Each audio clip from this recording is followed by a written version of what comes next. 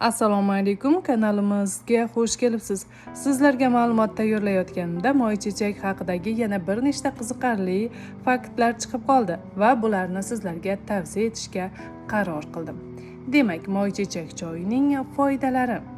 Yurak kasalliklari uchun romashka, ya'ni moychechakdagi flavonoid tipidagi birikmalar muntazam iste'mol qilinsa, yurak ishemik kasalliklaridan himoya qilishi mumkin.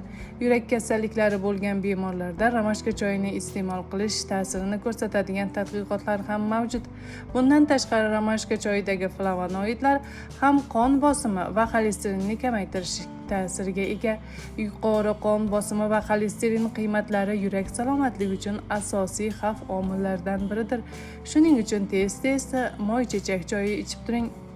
Ichak infeksiyalari va diareyada. Romashka tarkibi diareya va diareya qo'zg'atuvchi omillarga qarshi terapevtik ta'sir ko'rsatishi mumkin. Tadqiqotlar shuni ko'rsatadiki, ichak infeksiyalari bilan og'rigan bolalarda romashka choyini iste'mol qilish natijasida infeksiya va diareya holati orqaga suriladi. Qandli diabetda romashka yuqori shakar darajasiga qarshi davolovchi ekanligini ko'rsatadigan tadqiqotlar mavjud. Moychechak insulindan mustaqil ravishda oshqozon osti bezi hujayralarini himoya qiladigan potensial ta'sirga ega. Ovqat hazm qilish tizimi uchun romashka choyi an'anaviy ravishda turli xil ovqat hazm qilish muammolari uchun ishlatiladigan ichimlikdir. Ilmiy tadqiqotlar shuni ko'rsatadiki, bu choy oshqozon yarasiga qarshi himoya xususiyatlariga ega. Bu oshqozon kislotasi sekretsiyasini kamaytirish va zararli mikroorganizmlarning tarqalishini oldini olish orqali yuqorida qayd etilgan ta'sirni ko'rsatadi. Osteoporoz metabolik kasallik, suyak zichligining pasayishi natijasida yuzaga keladi.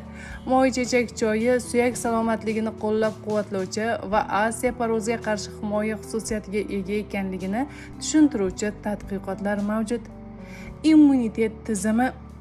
Moychechak choyi o'zining noyob mikroblarga qarshi va yallig'lanishga qarshi ta'siri tufayli shamollash kabi kasalliklarda shifobaxsh salohiyatga ega. Bu choy shamollash, gripp va tomoq og'rig'i kabi kasalliklarda foydali ekanligini ko'rsatadigan tadqiqotlar mavjud. Shuningdek, moychechak gormonal balansni tiklaydi va iziga soladi. Shuning uchun hayzi bilan muammosi bor bo'lgan ayollarga ichish tavsiya etiladi. Shuningdek, moychechak choyi uyquni yaxshilaydi. Moychechak choyini tayyorlash uchun dorixonalarda sotiladigan paketchani olasiz, 200 ml suvga solasiz, 10-15 daqiqa kutasiz va tayyor. Kuniga necha stakandan ichish mumkin? Romashkani hech qanday nojo'ya ta'siri yo'q. Shuning uchun 1-2 stakandan 5 stakangacha ichish mumkinligini ko'rsatadi tadqiqotlar. Moychechak choyini qachon ichish kerak? Bunga ham hech qanday belgilangan vaqt yo'q. Uyqusizlikda yotishdan avval, oshqozon bilan bog'liq bo'lgan muammolarda ovqatdan oldin, xullas vaqtingizga qarab ichaverasiz. Azizlar, sizlarga yetkazmoqchi bo'lgan yana bir foydali ma'lumotimiz shulardan iborat edi. Hayron.uz kanalini kuzating va doimo sog' salomat bo'ling.